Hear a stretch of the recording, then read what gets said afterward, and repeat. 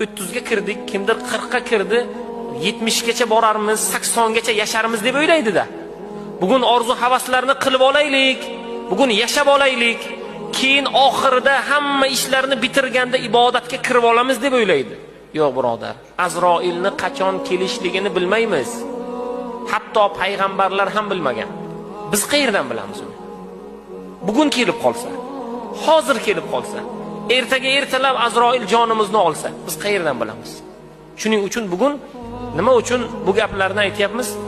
Vaqtni g'animat bilmoqligimiz, ibodatga inson mahkam bo'lmoqligi. Alloh taolo mu'min bandaga imkoniyat o'laroq xohlagan joyimizda namoz o'qishligimiz mumkinmi? Mumkin. Masjidmi, yo'lmi, bozormi, uyimizmi, korxonamizmi, shirkatimizmi, qayerda xohlasak namoz o'qiy olamiz. Bu mu'mindagi berilgan fazl, bu ummati Muhammadga berilgan fazl. Bizlarga namoz o'qishligimiz uchun aynan xos joy, xos makon, xos kiyim kerak emas. Ish kiyimida namoz o'qishligimiz mumkinmi? Mumkin, faqat najosat bo'lmasa bo'ldi. Toza joyga, joy namoz bilanmi, bir kiyimni ustidami, pok joy bo'lsa, bejoy namoz ham namoz o'qishligimiz mumkin. Birodar, mana imkoniyat.